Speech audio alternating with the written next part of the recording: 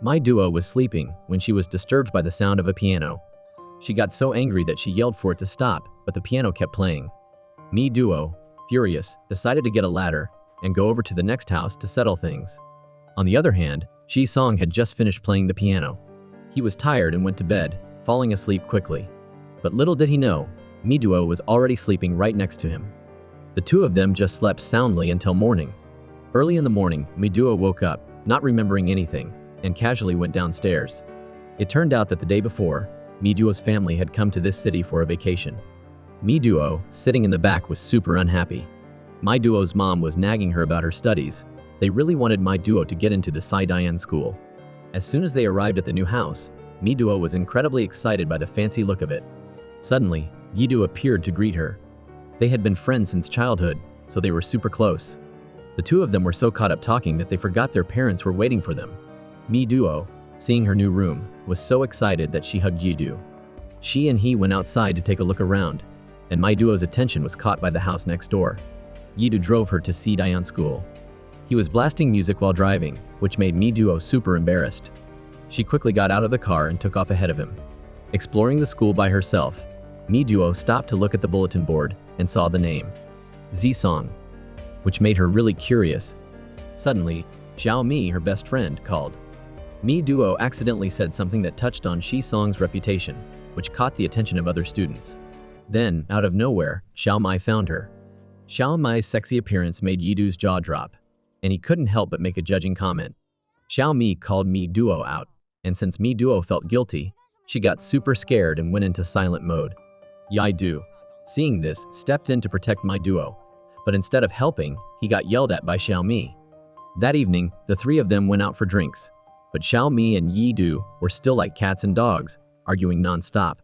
After hearing the two of them explain, My duo found out that Shi Song was the idol of Dayan school, but Me duo didn't really care and was just eager to drink beer. Yidu tried to stop the two girls, saying that it wasn't good for girls to drink beer at night, but the two beauties were determined to drink, no matter what. After a while, the three of them got drunk, chatting about random things, and then they all went to the beach. My duo was super happy about going to college, picturing her escape from her parents' control, free to have fun without being watched or restricted. Me duo, a little unsteady on her feet, staggered around. She felt a sudden cold draft and saw a figure in formal clothes behind her. She panicked, but luckily the weird thing left her alone. My duo was freaked out, thinking that if she stayed, she might not see the sun tomorrow. Already drunk, she had to come home to the noisy house next door, so angry that she couldn't sleep. My duo decided to get a ladder and go over there to settle things, which is where the scene at the beginning of the movie comes from. She was so drunk that she stumbled and hit her head on a glass door, and the impact sent Me duo tumbling to the ground. The next morning, Me duo had just woken up when her mom called, telling her to go buy groceries. Still half asleep, she just walked out, not paying attention to her surroundings, acting like she was still at home. My duo went outside, surprised not to see her mom. Used to her mom's tricks, she thought she was just being tricked again. She walked around, looking up at the sky, not noticing her mom gardening nearby. Me duo walked back towards the house, her eyes wide as she watched her mom trimming the yard, thinking, "This is my house? Then where was I standing just now?" Thinking it over, something felt off, so My duo went back to the spot she'd just been standing. Her parents, seeing Me duo like this, were worried that she was obsessed because of too much studying. Me duo hesitated in front of Shi Song's house, not sure if she should knock. Seeing a delivery person walk by, she curiously asked about the owner of the house. But instead of getting any information, she got teased by the delivery guy. Gathering her courage, she went back to press the doorbell, but just then Shi Song came outside. They both looked at each other awkwardly, not saying a word. Seeing that Shi Song had her phone, Me duo wanted it back. It wasn't that easy. Shi Song pulled Me duo into his house to ask her about it. Meanwhile, My duo's mom was looking at an album, flipping through pictures of her son, unable to hold back her feelings of longing. Me duo's dad saw this and went over to comfort her, which helped her calm down a little and put the album away. Ji Song was interrogating Me duo about why she was in his house. Me duo didn't remember exactly what happened, only that she had slept on the sofa. When Shi Song threatened to call the police, My duo was shocked and explained that she was innocent. Her lame excuses made Shi Song lead her to his room, showing her the evidence. Me duo insisted that she hadn't slept with him, but Shi Song didn't believe her. picking up a curly strand of hair from the bed with a hair color that was exactly the same as my duo's. The clear evidence betrayed her. Speechless, she tried to manipulate him, blaming Shi-song and warning him that if he had done anything to her last night, she wouldn't let him off. Ji-song remembered something and ran out to the balcony to check. Could that ladder be how the troublemaker got into his house? Annoyed by her acting like she was the victim, Shi-song kicked her out. Outside, there was a knock on the door. Mi-duo, scared, begged Shi-song not to open it. But as soon as she finished her sentence, the door was opened. Ji-song showed Mi-duo's mom that a girl was in his room the night before, leaving her shocked and speechless. Mi-duo quickly snuck back home to get ready to meet Xiaomi. Her friend heard that Shi-song was playing basketball, so she excitedly dragged Mi-duo to go watch. At the basketball court, female fans were crowded around, cheering as Shi-song scored. Mi-duo was basically loading, wondering when she got dragged here. Xiaomi warned her that it was best if Mi-duo didn't approach Shi-song, because if the fans found out, Mi-duo would be in trouble. Mi-duo just scoffed, not caring, and even misunderstood Shi-song as a Liang Ge. She didn't know how long had passed, but neither team had scored. She was confused, and Xiaomi called her a country bumpkin. It turned out that Shi-song was passionate about basketball, but he didn't have a natural talent for it. He was bad at it, but the people around him let him on the team just to try to please him. Then, he confidently passed the ball, but with his terrible skills, he missed it repeatedly. The fans just said, "It's okay," saying he was forgiven because he was handsome. Mi-duo realized she had mistaken him for someone else. Curiosity piqued. She tried to see where Shi-song was, and it would have been better if she hadn't. Now she was speechless. After the match ended, fans swarmed Shi-song like a broken beehive, but Shi-song didn't care and just walked away. Mi-duo was confused when she saw Shi-song heading her way, but he just carelessly walked right past her. After changing his clothes, Shi-song was walking with Liang Ge. Liang Ge asked Shi-song about sleeping with a girl last night. The secret was out, so Shi-song didn't hide it anymore, admitting that he had indeed slept with someone, and slept very well. Liang Ge reminded Shi-song to be careful, or the reporters would find out and cause trouble. Ji-song didn't care, and even thought about having a long-term cooperation with the girl he had slept with. Mi-duo and Xiaomi were in class, hiding their faces with scarves and masks, afraid of being recognized. The next class was being taught by Shi-song, who was also the president of the piano club. The students below were paying close attention to Shi-song's lecture. His serious way of teaching successfully captivated Mi-duo. After talking for a while, Shi-song asked for a volunteer to answer a question. Everyone was scared and avoided eye contact, looking down at their desks. As a best friend, Xiaomi, feeling guilty, grabbed Mi-duo's hand, which was basically pushing her into the fire. Being efficient, Shi-song asked Mi-duo to take off her mask. She made up an excuse that she was allergic, narrowly escaping danger. Mi-duo gracefully played the piano softly. The melodious sounds spread through the room, earning her endless praise from the students. The song touched people's hearts, and Mi-duo received a round of applause. The praise made Mi-duo feel proud, hinting sarcastically that Shi-song was still too inexperienced to challenge her. He judged that the girl in front of him had gotten a little better and was already acting up. He suspiciously pulled down Mi-duo's mask, and Shi-song was completely surprised to see the little girl he had slept with. The situation was tense. The people in the audience signaled the student council president, mistakenly thinking that Mi-duo was a staff member causing trouble for their idol. Yu-du heard that his best friend was in trouble, so he rushed over to the classroom to find Mi-duo. They suspected that Xiaomi and Yu-du were accomplices with Mi-duo. Soon the three of them were taken to the principal's office. Xiaomi tried to use her charm, but it didn't work. Liang Ge blamed the three of them for causing trouble in public and wasting Shi-song's time. Xiaomi quickly explained that she and Mi-duo were just Shi-song fans, and they were too excited to participate in the class to follow their idol. Mi-duo denied that, saying that she would never be a fan of that annoying person. So, the three of them started a loud argument. Ji-song, who had been listening outside, told Liang Ge to let them go, which Liang Ge reluctantly did. Mi-duo, having been released, rushed to find Shi-song. Seeing her target, she ran over and begged him to keep their secret from yesterday, or else she might not survive. Ironically, her words fell on deaf ears. Shi-song was calmly wearing his headphones. Mi-duo was furious, but decided to just let him be. Conveniently, they were heading home the same way. Ji-song suddenly stopped and suggested that Mi-duo not come to school the next day, saying she had caused enough trouble for him. Mi-duo couldn't stop thinking about Shi-song's words. After a while, she came up with a bright idea. She would add Shi-song to her novel. He was perfect for the male lead role. Thinking of this, Mi Duo looked for her novel, but things were worse. It wasn't in her room. She racked her brain and realized she had probably left it at school. Panicked, Mi Duo called Xiaomi for help. At the same time, Shi-song asked Liang Ji to come sleep at his place. Restless and unable to sleep, he got angry and kicked Liang Ji out. Unable to sleep, he decided to practice the piano to vent his frustration. In the middle of the night, that crazy guy started playing the piano, preventing Mi Duo from sleeping. After trying everything to reduce the noise without success, she decided to just stay up all night. The next morning, Xiaomi called and told Mi Duo that her notebook was in Shi-song's hands. Seizing the opportunity, Mi Duo ran over to Shi-song's place. She planned to ring the doorbell, but Shi-song opened the door just as she arrived. She awkwardly greeted her neighbor.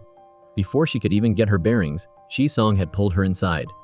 Mi Duo asked Shi-song where her notebook was, but Shi-song said he didn't have it, and that he wasn't petty enough to keep it to get revenge.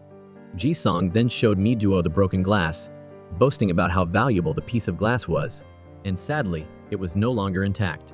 There was only one culprit. She was definitely the cruel one who hurt the cup. What the heck are you talking about? Although the evidence wasn't solid, Shi-song was adamant that she was responsible. He demanded that she pay a compensation of 50,000 within 3 days. If she slept with him for a night, the debt would be reduced. Helpless, Mi Duo arrogantly said she would definitely pay the 50,000 within 3 days, even though she didn't have that kind of money. Going back a few hours, Liang Ji, in his capacity as Shi-song's manager, was extremely happy to see Shi-song in the news. Liang Ji told Shi-song to choose anything valuable as a reward.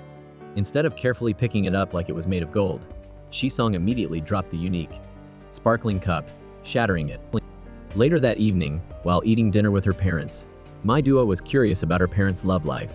The couple happily reminisced about their memories for their children, and then Mi Duo awkwardly asked when her parents had slept together. The happy atmosphere suddenly turned awkward and uncomfortable. At the very least, this idiot should have given her parents some respect. Instead, she had bluntly ruined the mood. Mi Duo, shameless, tried to borrow money everywhere, but the answer was always no. Even her closest friend turned her down. With no money to lend, Mi Duo, frustrated, went to a restaurant. Feeling down, she decided to eat a bowl of noodles. Casually, she asked Yi Du about the price of the cup, and his answer was exactly the same as what Shi-song had said, which made her feel even more down. Her eyes met a man, and she quickly followed him. She followed Shi-song into a flower shop with all sorts of flowers.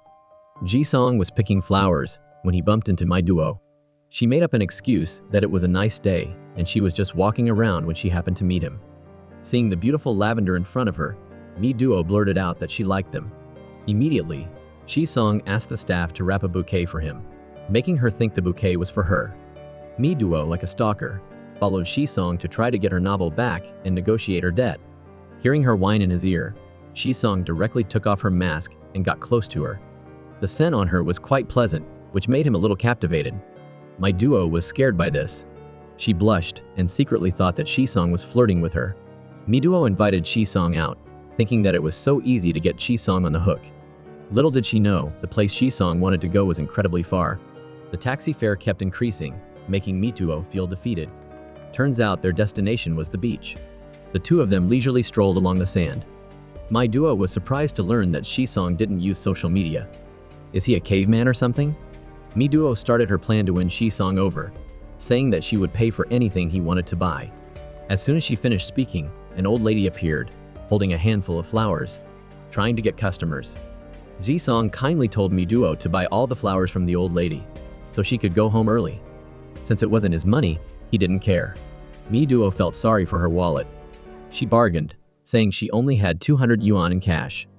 The old lady, being clever, pulled out a QR code saying, "It's okay, dear, I also have this." Ji-song then hired someone to take pictures of him. Mi Duo had been quicker with her mouth than her brain, and she reluctantly paid for it once again. She even thought she would get to take a photo with Shi-song, but it turned out that he had hired a photographer to take landscape photos. After wasting money pointlessly, the two of them finally got tired and sat down to look at the sea. Mi Duo started complaining to Shi-song. He, however, was emotionless and cold, not really paying attention to what Mi Duo was saying, reminding her of the money she owed. No matter how much Mi Duo explained, Shi-song didn't show any mercy. Helpless and defeated, Mi Duo decided to give up because the more she spoke, the more this blockhead ignored her. After a satisfying day of fun, the two of them walked home. When they passed a pastry shop, Shi-song said that he was craving something. Ignoring the hateful look, Mi Duo went inside to order 2 pastries. The shop owner noticed Shi-song. Like anyone meeting an idol, she stared at him. Mi Duo, afraid that the shop owner would recognize Shi-song, helped cover him. After getting the pastries, Mi Duo quickly pulled Shi-song away. Mi Duo thought that Shi-song was too carefree and lacked awareness of his surroundings. If his fangirls had seen that, they might have torn her into 100 pieces. The pastry shop owner had been chasing them to get back something. Misunderstanding that Shi-song had been discovered, Mi Duo grabbed his hand and ran away. The young couple created a sweet and romantic scene, running hand in hand until they were out of breath and finally caught a taxi.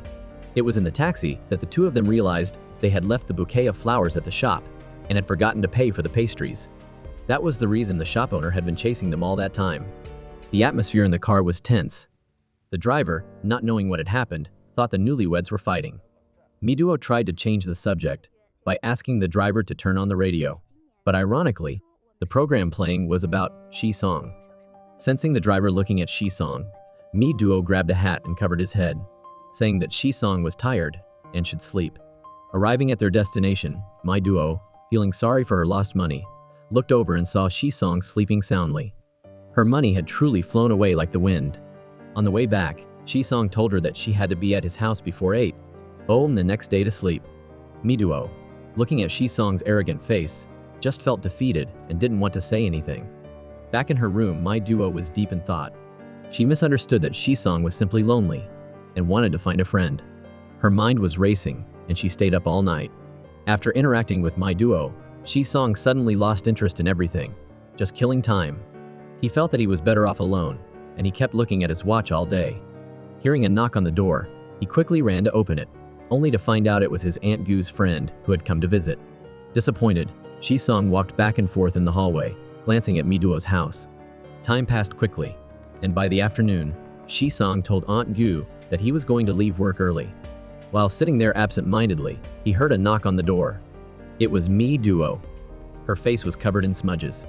It turned out that she had made him a cup to compensate. Ji-song took the cup, but still insisted that she come to his place that night. Mi Duo, seeing that her last trick didn't work, had to agree to go to Shi-song's house. Once again, the sky darkened. Mi Duo took a shower and made sure she had 3 layers of clothes on for protection. Once done, Mi Duo climbed over to Shi-song's place, just as he opened the door and walked into the room. Before going to sleep, she didn't forget to warn him that if he tried anything, she would call the police.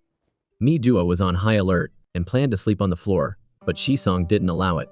Reluctantly, Mi Duo lay down beside him, secretly thinking that she would one day discover his secrets and write them in her novel.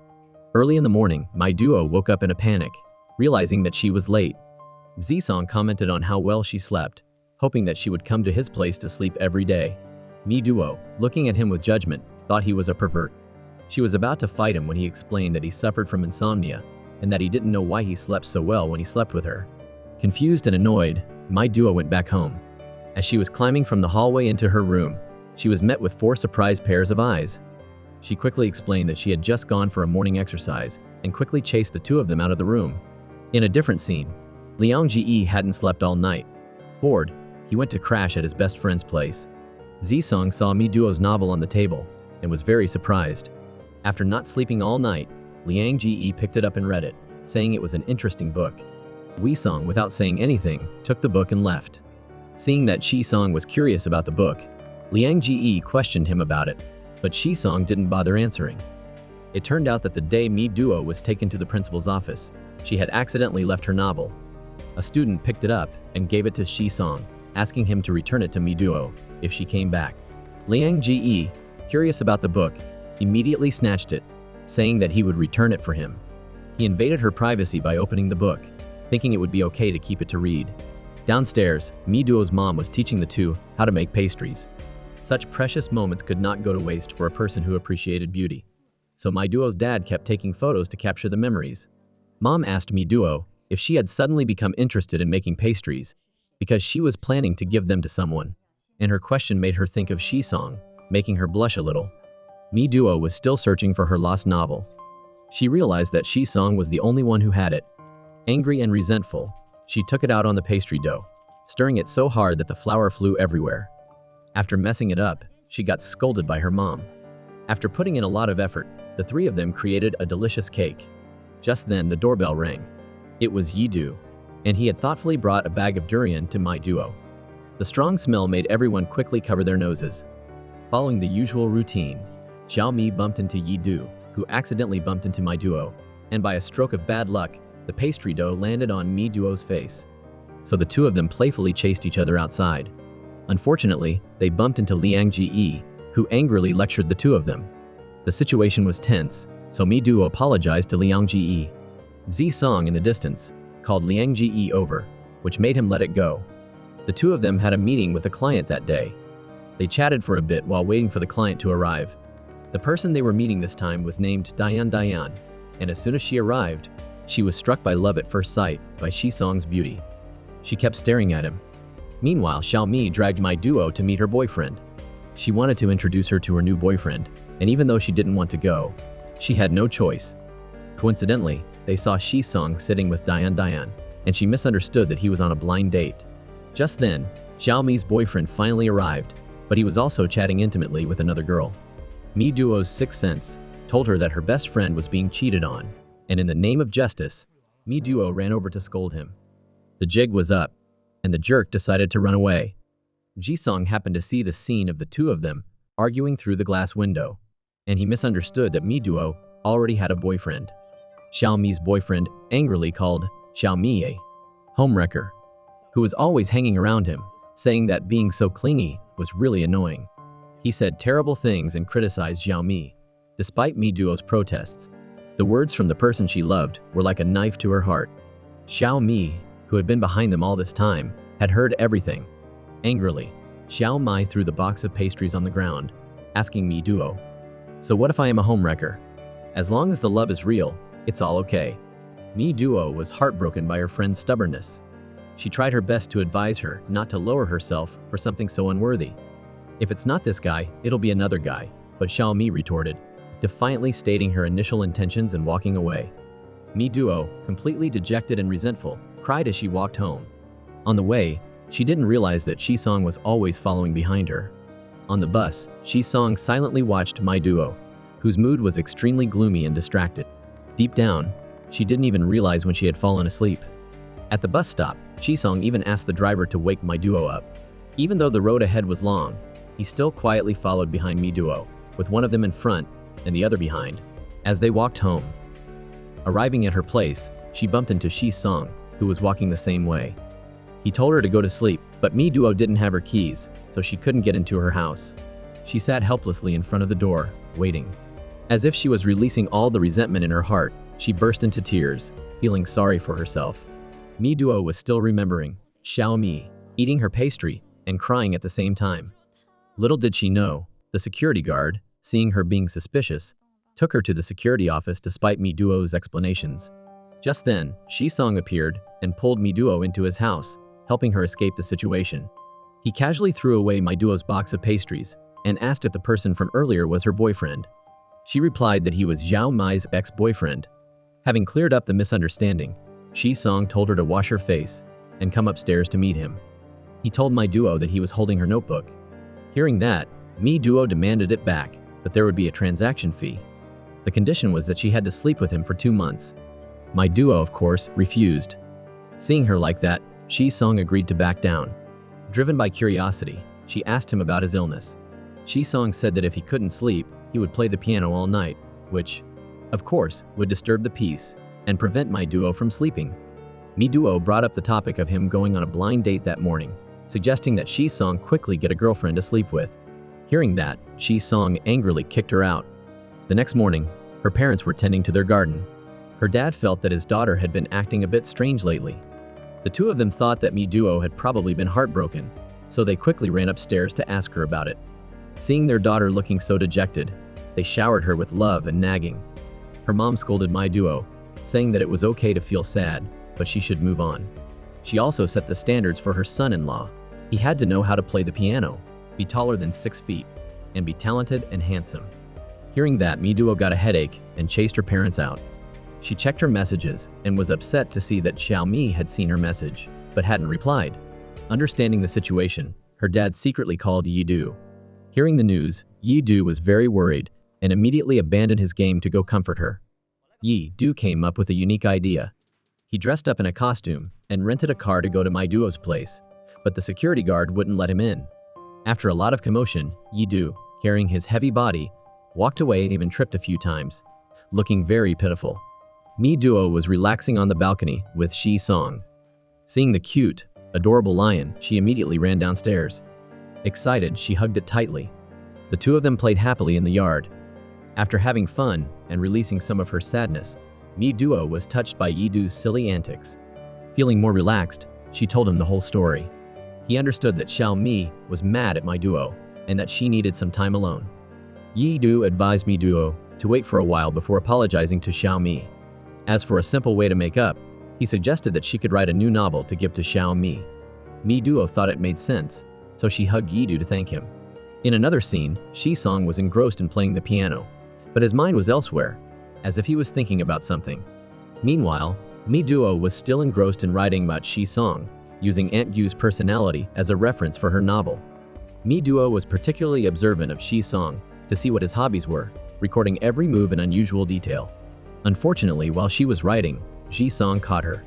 Worried, Mi Duo quickly changed the subject, asking him to return her notebook, but Shi Song was still determined for her to sleep at his place. After some negotiation, the 2-month requirement was reduced to half a month.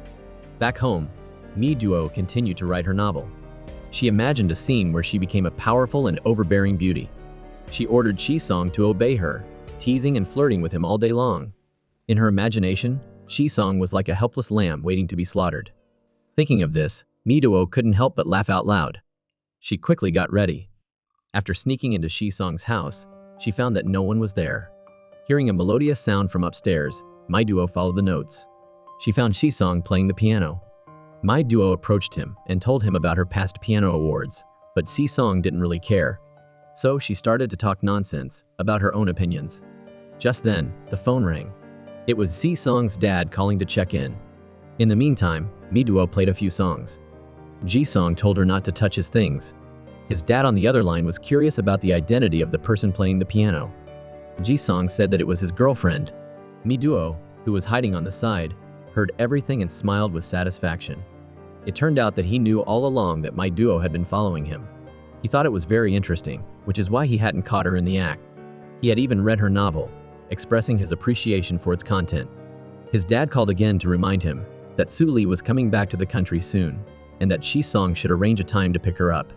After what had just happened, his dad was very curious about Shi Song's girlfriend, subtly reminding him to be gentle and loving toward women. Ji Song went into his room and turned off the lights, but Mi Duo was afraid of the dark and needed to use the bathroom. Reluctantly, he helped her by turning on the light by her side. The two of them made eye contact, feeling very awkward. Mi Duo shyly admired Shi Song's handsome face, wanting him to tell her more about himself. Ji Song, annoyed, answered a series of "why?" questions. Annoyed, he asked her to get to the point. Mi Duo asked why he chose her to treat his insomnia. Ji Song bluntly replied that he could only sleep when he was next to her. Mi Duo, even though she knew the answer beforehand, couldn't help but feel embarrassed. Unable to sleep, she just admired Shi Song as he slept soundly. In her heart, she secretly realized that she had fallen for Shi Song. A long night passed. Mi Duo woke up and didn't see Shi Song. Sleepily, she went downstairs and saw that food had been set out for her. Mi Duo happily sat down at the table to eat. Little did she know, Aunt Yu suddenly appeared. Mi Duo panicked and looked for a place to hide. She hid under the table, feeling embarrassed. Mi Duo's parents, now having free time, came over to greet their new neighbors. Aunt Yu took the opportunity to complain that the family next door was too noisy. Mi Duo's mom was embarrassed and quickly went back home. Meanwhile, Xiaomi bumped into her ex-boyfriend again. She confronted him and his new girlfriend, saying that the new girl was just a fake, hypocritical person. He was very annoyed, but hearing Xiaomi's savage insults, he was rendered speechless. Xiaomi pointed out all of her ex-boyfriend's bad habits to his new girlfriend. Disgusted by what he had done, his new girlfriend immediately dumped him. Just like that, the jerk was dumped without mercy. Xiao Mi felt extremely satisfied and thought that she should have taken revenge on him a long time ago. Having gotten rid of that burden, Xiao Mi happily replied to Mi Duo's message. She knew that Xiao Mi was no longer mad at her, and she was extremely happy. It was as if her life had been painted in brighter colors, and everything seemed right. Mi Duo excitedly brought all of her stuff into Shisong's room, from clothes to cosmetics and more. Suddenly, she overheard her family planning a camping trip. Afraid of being dragged along, she cleverly pretended that she had a menstrual cycle. Yidu, hearing the news, quickly escorted her to her room to rest. Mi Duo's parents were exasperated by their daughter's terrible acting skills. It was almost time for her date, but Yidu was still watching over Mi Duo. Knowing that she couldn't leave the house like this, she hatched a plan to ask Yidu to watch a movie with her. She took out a few bottles of wine, using the excuse that they needed to have a heart-to-heart talk. She also planned to get Yidu drunk. He had a really high alcohol tolerance. After drinking a lot of glasses, he was still unaffected. What she feared most was him being sober. All of her efforts finally paid off. Yidu, completely drunk, fell asleep. Feeling bad for ditching her friend for a guy, Mi Duo secretly apologized. She carefully covered him with a blanket so that he wouldn't catch a cold, and then quietly left. Little did she know, in his drunken state, Yidu mumbled a confession of love. Jisong realized that the cup Mi Duo had given him was missing. He frantically searched the house looking for it. Aunt Gu, hearing that it was a limited edition version, quickly helped Jisong look for it. Thinking it was lost, he accidentally saw the cup in Aunt Gu's hand. Aunt Gu had thought it was ugly and was planning to throw it away, so she had used it to plant a tree. Looking at that item, Jisong felt that it was actually quite cute. Today was the last day of their agreement. Mi Duo, hesitant, got ready to go to Jisong's house.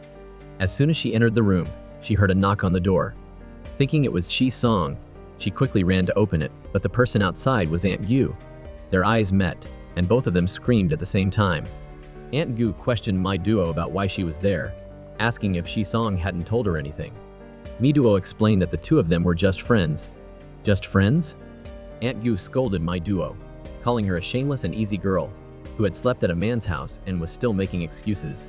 Mi Duo made up the excuse that Jisong's mother had asked her to sleep with him. Hearing that Jisong's mother had passed away a long time ago, she was lost in remorse.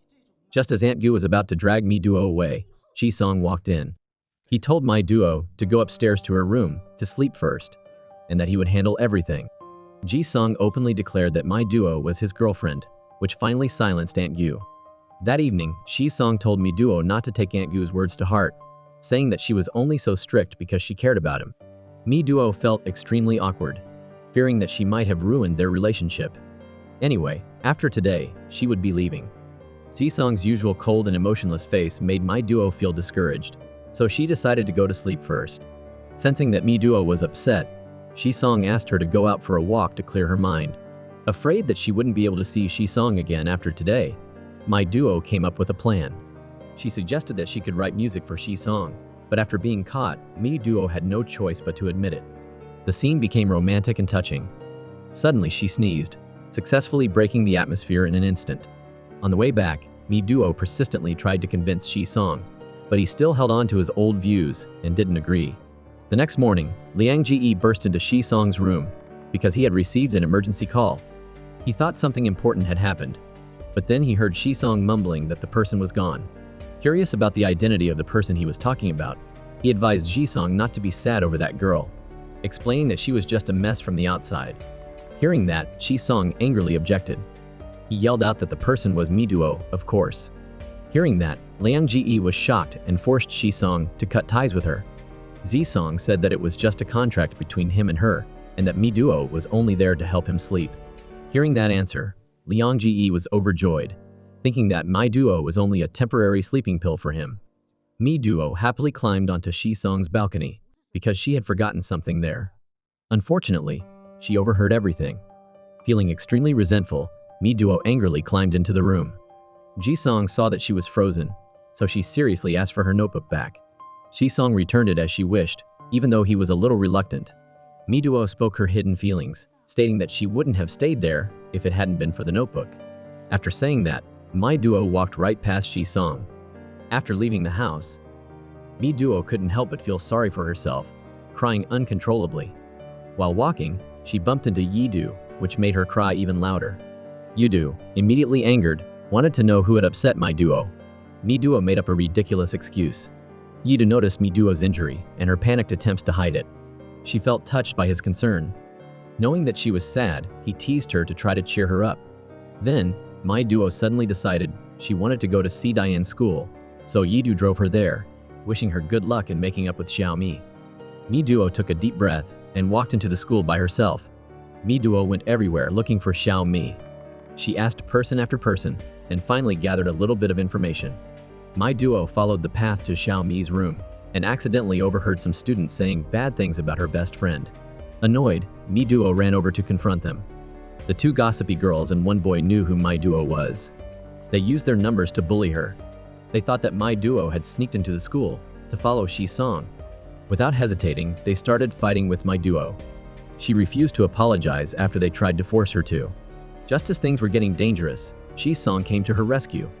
Seeing that he was taking Mi Duo's side, the students were furious and couldn't do anything, so they held a grudge, thinking that she was lucky. Shi Song asked why my duo was there. Feeling sad, she said she had come to look for Xiaomi. Mi Duo sat in a corner looking at the injuries from the fight, and a plan suddenly formed in her head. She quickly went back into the school. Xiaomi was engrossed in a song, and just as she was relaxing, Mi Duo came to see her. Xiaomi, seeing that her face was injured, worried and blamed her for not being careful. When Xiaomi twisted her ankle, my duo rushed over to ask about her condition. She apologized to Xiaomi for the misunderstanding from before. Xiaomi told my duo all of the resentment she had been holding deep down. The atmosphere was filled with gloom. Mi Duo made Xiaomi laugh. Because of a misunderstanding, the two of them had almost lost each other. Mi Duo hoped that she would forgive her foolishness. The two close friends were like a married couple, with one taking the role of husband and the other taking the role of wife. They took turns comforting each other and successfully made up.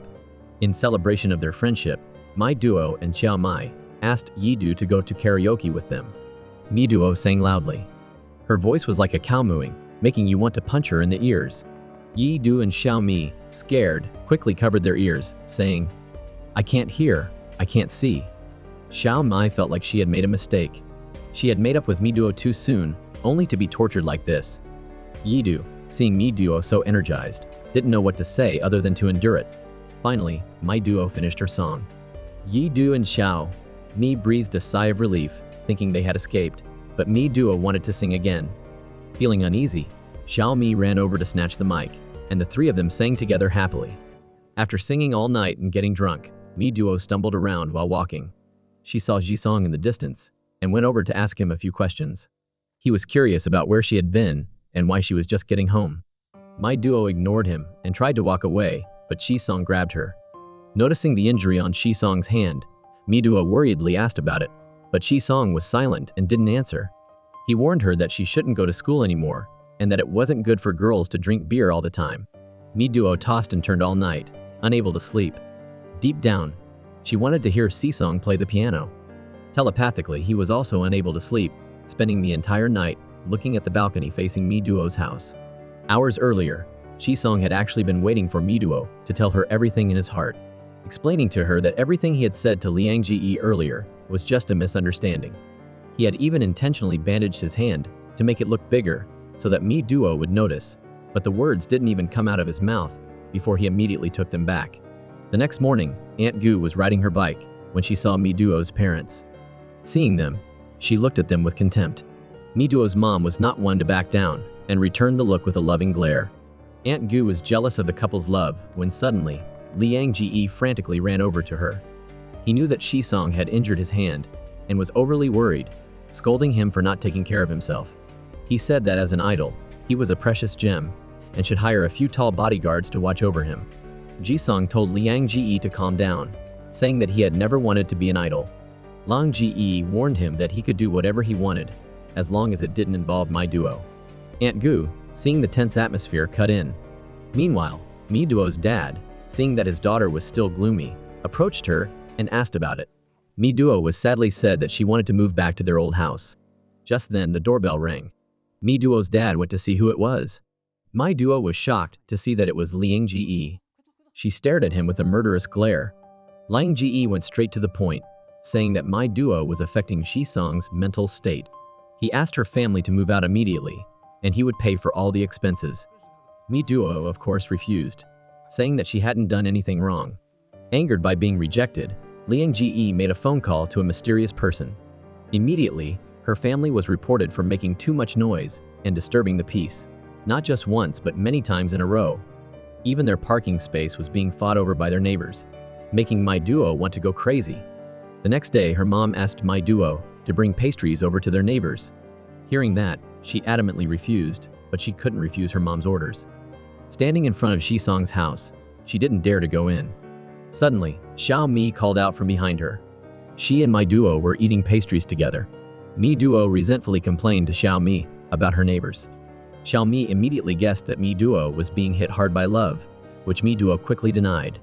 Xiao Mi said that Mi Duo was still inexperienced, but she knew how to love. Carelessly, Mi Duo looked up and saw that Xiao Mi was on the balcony. She quickly ran over and saw that Xiao Mi had made eye contact with Shisong. Everything was exposed, and to make matters worse, Xiao Mi was being a traitor by selling Mi Duo out. Before she could even explain, Shisong had already asked Xiao Mi to get him the pastry that Mi Duo's mom had asked her to give him. Xiao Mi immediately ran to get it. Seizing the opportunity, Mi Duo locked the door from the outside, trapping Xiao Mi inside. Mi Duo apologized to Shisong, promising that she wouldn't bother him. Then, in a complete turnaround, she scolded him and Liang Ge for constantly bothering her these days, and for having people report her family. Xiao Mi, having finished getting the pastries, banged on the door, yelling at Mi Duo to open it. Not having had enough time to talk to the handsome guy, she had been dragged away. Xiao Mi questioned Mi Duo, asking who had been so stupid to expose her. Mi Duo made up some excuse to distract her friend. Little did she know, Xiao Mi had already figured it out and promised to keep the secret. While Mi Duo was happily walking, Liang Ge called out to her from afar. Even though she didn't want to, she went over, not wanting to seem arrogant. Liang Ge said that her family didn't necessarily have to move out. Liang Ge thought he needed to tell her this. There was a rumor that there was a ghost in her house, and the most haunted spot was her room. She went pale, not believing it, but in her heart, a great fear started to form. Mi Duo sadly walked around the house, not seeing her parents anywhere. She glanced at a note nearby. It turned out that the two of them had ditched her to go follow their idol. While Mi Duo was relaxing, the lights suddenly went out. To make matters worse, it started to rain, and things started to shake. Feeling terrified, she ran to her room. The scene was very creepy, and her phone even died. Mi Duo ran to the balcony, begging for Shisong's help, but no one was there. Feeling terrified, she huddled under the blanket, shivering. Suddenly, a footstep approached. Danger was near. She screamed and punched the person, but luckily it was Shisong. Relieved, Mi Duo hugged Shisong, sobbing.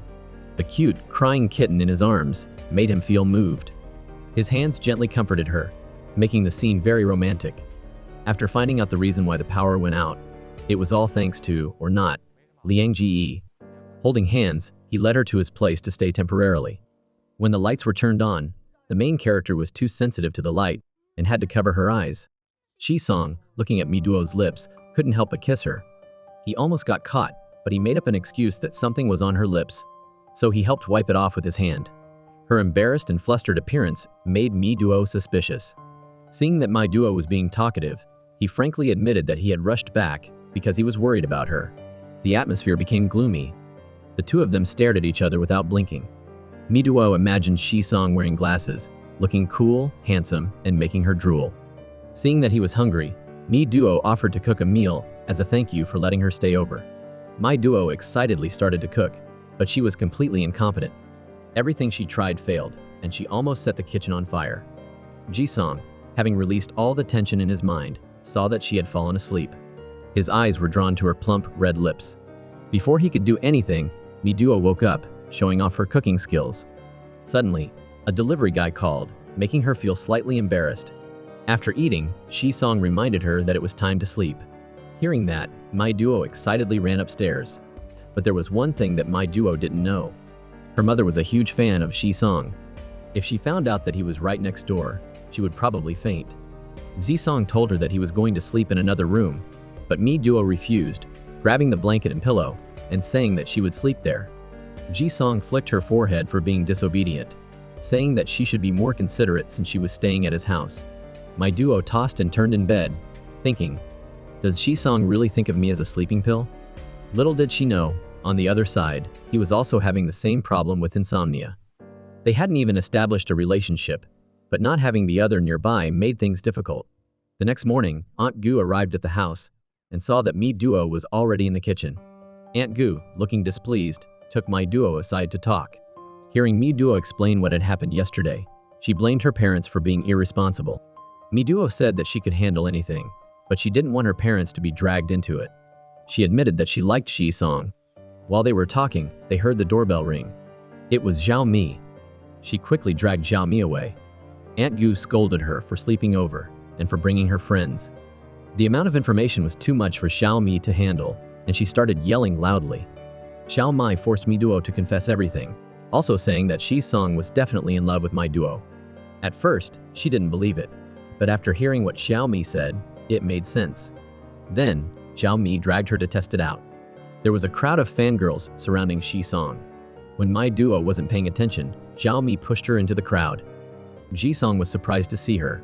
Mi Duo, flustered, explained that she only wanted to get his autograph. The other fans who were standing in long lines had to wait for their turn, but Mi Duo, who had come later, went up right away. Everyone who witnessed this was extremely jealous that Mi Duo dared to touch their idol. Zhao Mi followed Shi-song. She planned to test Shi-song's feelings with Mi Duo. While he was paying, Mi Duo rushed over and asked to pay together. Seeing that Shi-song agreed, Mi Duo was somewhat happy, but little did she know that Zhao Mi's order was too much for her to handle. Mi Duo was speechless and humiliated, not knowing where to hide her shame. That night, Liang Ji and Shi-song were playing basketball. Zhao Mi frantically ran over to tell them that Mi Duo had fainted. Little did she know, neither of them cared, so they just left. Knowing the situation, Mi Duo became sad. She felt that Shi-song didn't like her, not even a little bit. Regardless of what her best friend said, Zhao Mi was still convinced that Shi-song had feelings for Mi Duo. Hearing that, Mi Duo became excited and felt more motivated again. While the two of them were chatting, Liang Ji came over and scolded Mi Duo for being so clingy. Disagreeing with him, Zhao Mi stood up to defend Mi Duo. Liang Ji complained that Mi Duo was just a troublesome burden. He revealed that Shi-song's injury was the result of a fight. Ji-song had fought with a thug who had insulted Mi Duo, and after not being able to stand the guy's insults, Ji-song had punched him hard. Mi Duo, thinking about what Liang Ji had said, sadly blamed herself. Unfortunately, she tripped. Mi Duo cried out in pain, unable to stand up. Luckily, Hero came to help. Ji-song gently straightened her shoelaces and told her to climb onto his back so he could carry her home. Mi Duo was a bit hesitant and embarrassed at first, but a second later, she jumped onto Shi-song's back. And so, the two of them went home together. Yudu, who had been waiting for Mi Duo to return, happened to see Shi-song carrying her. Mi Duo quickly jumped down and signaled for Shi-song to go home. He didn't forget to tell Mi Duo that she didn't need to go to his place tonight, just to tease Yudu. Yudu was stunned to hear that. Mi Duo pretended her leg was hurting, which distracted Yudu and made him not question her further. Back home, Mi Duo stubbornly refused to talk about it, which angered Yudu and made him yell. Luckily, her parents came back just in time. Sensing the tense atmosphere, her dad ran over and told Yidu not to bully his precious daughter, but her mom said that Mi Duo was the one who was bullying other people. As Yidu was about to touch Mi Duo's shoelaces, she abruptly pushed his hand away. Yidu seriously asked Mi Duo how she thought Shi-song could possibly like her. Little did she know, Yidu agreed, reminding Mi Duo to stay away from Shi-song, saying that he was the only one who was suitable for her. Yidu, disheartened, left. He accidentally saw Shi-song on the balcony, looking towards Mi Duo's room. Mi Duo, engrossed in writing about Shi-song, gathered her courage and went outside, saying that she would always try her best to stay by his side and never leave. But she was only talking to the air, because Shi-song and Yidu had gone to battle, competing against each other in the arcade. In the first round, a racing game, Shi-song, who was inexperienced, lost to Yidu. In the second round, a basketball game, Shi-song easily beat Yidu. They went to the third round to decide the winner, and luckily Shi-song won again. He hoped that Yidu would keep his address. At the bus stop, he was shocked to realize that the last bus had already left a long time ago. Saddened, Shi-song walked home. The next day, Mi Duo's mom heard that Shi-song was sick, so he had canceled his appointments. Zhao Mi told Mi Duo to quickly go visit Shi-song to see how he was, and to also try to win his heart, Mi Duo thought it made sense and quickly ran over to check on him. Just as she was about to go inside, she was unfortunately caught by her dad. She made up an excuse that she had dropped something around the house, so she had come to pick it up. Her dad stopped Mi Duo and warned her that the person next door was a fierce tiger. Liang Ge, who was taking care of Shi-song, thought that he had gotten sick because of Mi Duo. Liang Ge told Aunt Gu not to tell anyone about it, so that Shi-song could relax and rest at home. He used the excuse that he wanted to get some fresh air on the balcony, saying that exercising would be better for his health than lying in bed. Outside, he saw that Mi Duo had written him a letter, so he happily threw it back to her house. Mi Duo thought that Shi-song had sent her something special, but it turned out to be his house key. Mi Duo excitedly smiled, imagining herself becoming his wife, admired by everyone, enjoying the hustle and bustle of the city and the pleasures of the rich. Thinking of that, Mi Duo couldn't help but laugh out loud. Excitedly, she looked for a place to hide the key. After searching for a while and not finding a suitable spot, she came up with the idea to make it into a necklace. Mi Duo went to Shi-song's house to test it out. Aunt Gu, seeing that Mi Duo had a key to the house, was shocked and speechless. Mi Duo quickly explained that Shi-song had given her the key. Aunt Gu was amused to see that Mi Duo had added a lot of onions to the porridge. Ji-song hated eating onions, so Mi Duo was sure to fail. Her thoughts were different from reality. Reality slapped her in the face, not missing a single shot, as she saw that Shi-song was actually eating it. Aunt Gu, feeling unhappy, jokingly said that with Mi Duo around, she probably wouldn't need to come over anymore. She was only joking, but to her surprise, Shi-song agreed. Angrily, she left, and coincidentally, she saw Mi Duo's parents being lovey-dovey. She sarcastically told the two of them to pay more attention to their daughter. Mi Duo's parents were confused and didn't understand what she was talking about, ignoring what other people had to say. Her mom realized that Mi Duo's birthday was on Saturday, and coincidentally, it was also the same day as the idol concert, but their daughter was more important. The two of them went to buy a gift for Mi Duo. Meanwhile, Yi-do was also out looking for a gift. A stuffed bear caught his eye.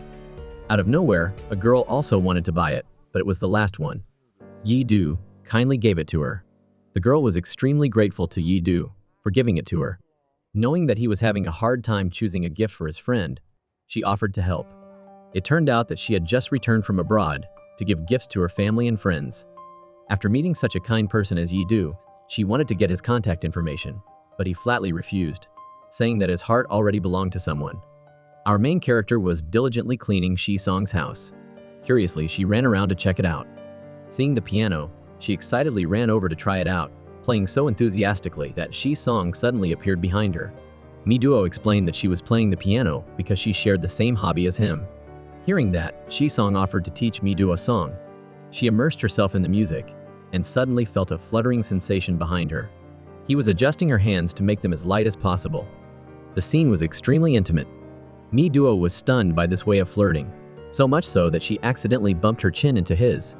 The two of them were silent after that incident until the phone rang, breaking the awkwardness. On the other end, Zhao Mai asked her to be there in 20 minutes. Mi Duo quickly said goodbye to Shi-song and rushed to meet Xiao Mi. It turned out that Xiao Mi had called her because her birthday was coming up and she wanted to ask what gift she wanted. Xiao Mi also suggested that Mi Duo should take the opportunity to invite Shi-song over to celebrate with them. On her way back, Mi Duo wished that she could stay here a little longer. She didn't care about her dreams or goals anymore. She just wanted to be with her family and Shi-song like this forever. The next morning, Shi-song went for a run. Mi Duo followed him and asked if he would go with her on Saturday, but no matter how much she begged, he still rejected her. While Mi Duo was diligently writing in her notebook, her dad suddenly barged into her room. As soon as he looked at her, he knew that Mi Duo had a secret. He started to reminisce about the old days, feeling that time was passing so quickly and that soon he would have grandchildren. Mi Duo's dad shared his thoughts with the wind. Mi Duo pretended not to hear anything and changed the subject to her birthday gifts. Mi Duo's mom was getting ready when Mi Duo ran in. Panicked, her mom secretly hid something away. Her hurried actions made Mi Duo suspect that it was her birthday gift. Overjoyed, she hugged her dear mother. On her birthday, she woke up to a lot of noise downstairs. Mi Duo saw a gift that someone had given her, and she was very happy. Full of energy, she prepared for her special day. She carefully put on her makeup and wore a pretty princess dress. Mi Duo quickly ran to Shi-song's house. Seeing that he was packing, she was about to knock on the door when he came out. She was mesmerized by his handsome appearance in a stylish suit. Ji-sung was equally drawn to her adorable, well-dressed beauty. Mi-duo bragged that it was her birthday, but unfortunately, he had a show that day. Ji-sung seemed regretful.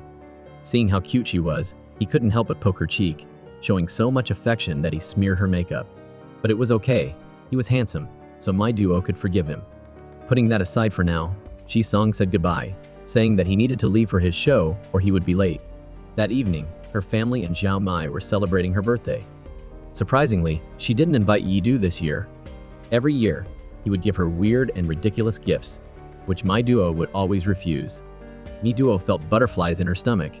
She had fallen in love and thought of Ji-sung as her boyfriend. While she was talking, Yi-do suddenly appeared, looking stylish and refined, like a true gentleman. Yi-do knelt down and gave Mi-duo a ring. What was going on? Mi-duo was in shock. Every year, he had always given her ridiculous and absurd gifts. Who would dare to accept them?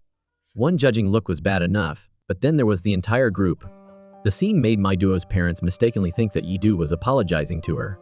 A lavish feast was set out in front of everyone, and they all sat down to celebrate Mi-duo's birthday.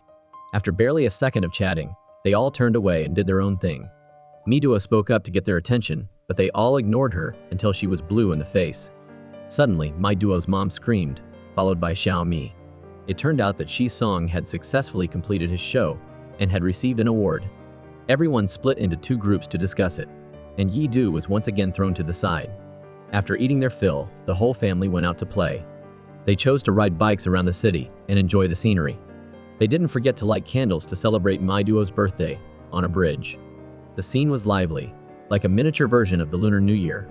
The atmosphere was warm and filled with happiness. This year, her wish was different from all the other years. She wished that the person she liked would also like her back. It turned out that when Mi-duo was little, her mom had strictly forced her to learn the piano, even though Mi-duo had different interests. Rarely would she get to go out and play. Coincidentally, she had come to know Ji-sung.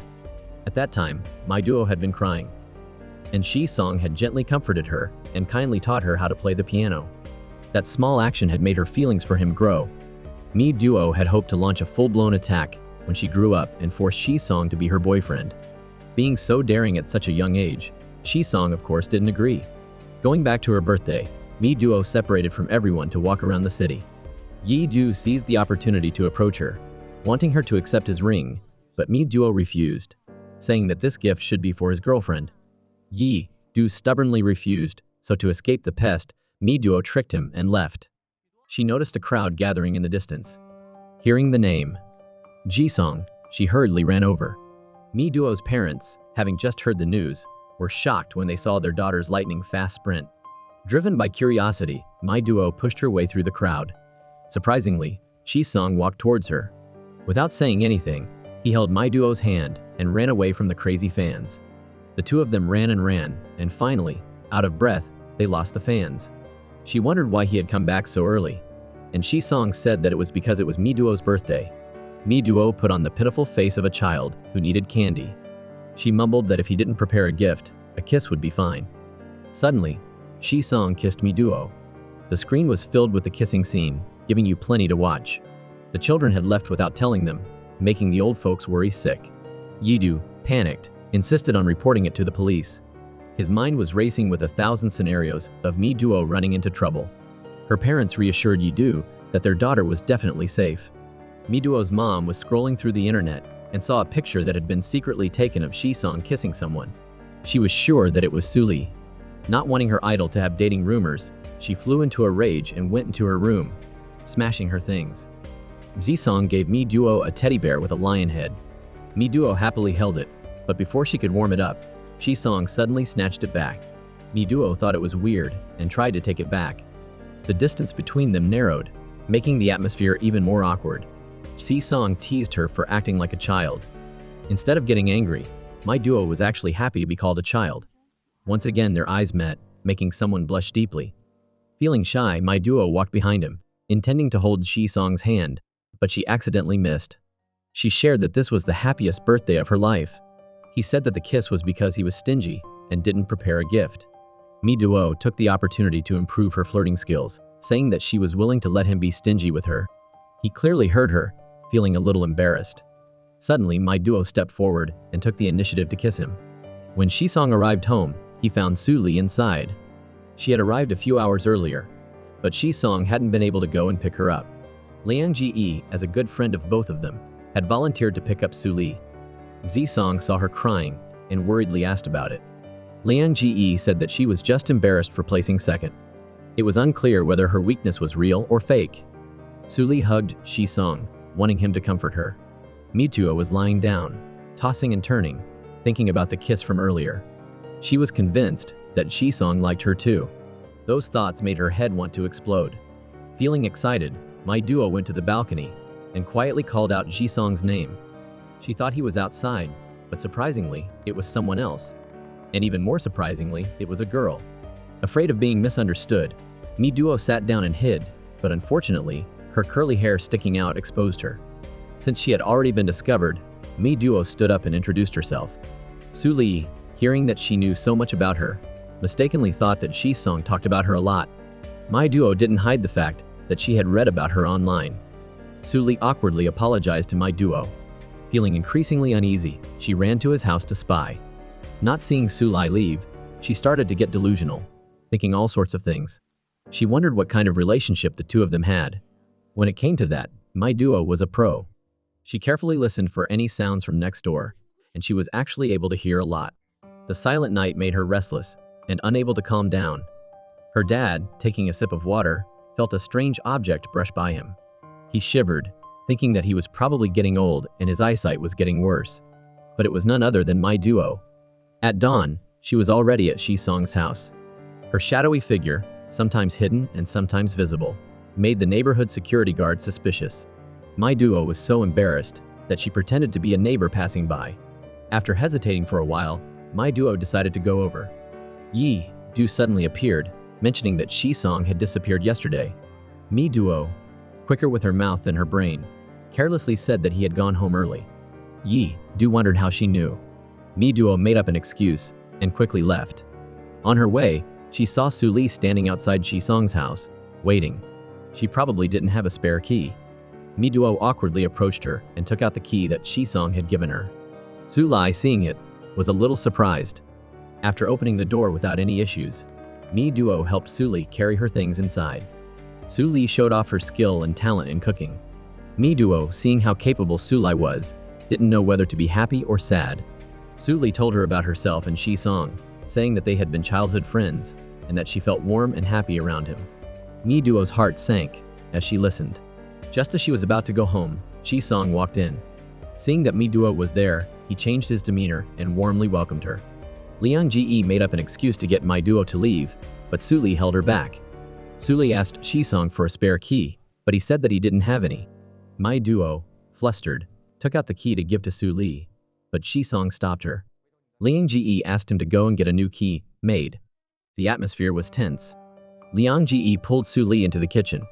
Just as my duo was about to go and help, Shisong wouldn't let her, saying that since she only ordered takeout, she shouldn't go in, or she might set the kitchen on fire. At the very least, he shouldn't have said it so bluntly. Jisong said that he was going on a trip for 2 days, and asked my duo if she was free. Before he could even finish talking, my duo had already agreed and had run home to pack her clothes. Jisong was surprised, because he had actually intended to invite her to eat dinner. On the day of the trip, Aunt Gu, as soon as she met Su Li, hugged her warmly as if they were mother and daughter. Before they could enjoy themselves, Mi Duo appeared, wanting to go along. Wei Song said he'd like to join too. Mi Duo stubbornly insisted on going, regardless of Liang Ji and Aunt Gu's refusal. She thought, if I'm not embarrassed, then other people should be. Aunt Gu and Liang Ji, seeing how stubborn she was, reluctantly let her go.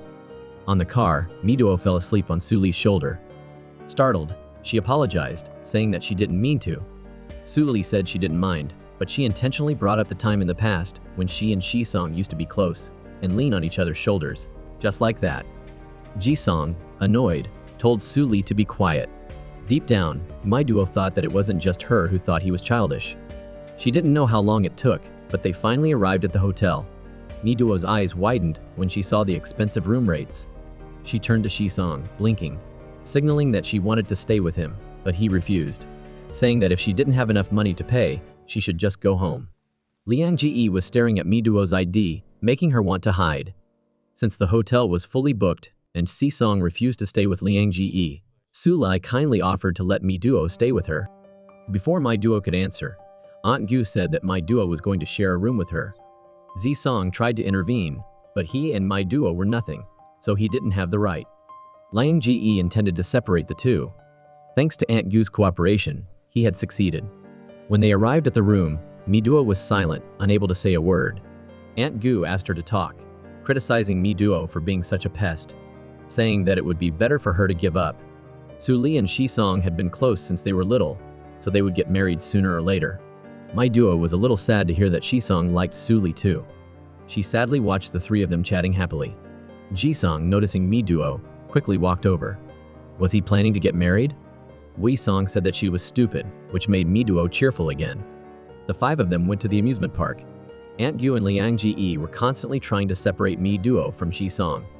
Aunt Gu asked My Duo to take pictures of her at the fountain. After taking dozens of pictures, there wasn't one that Aunt Gu liked, which made her afraid of losing Shi Song. Su Lai seemed to want to play a thrilling game. Mi Duo excitedly asked to play with her. As soon as she was strapped in, she cried loudly out of fear.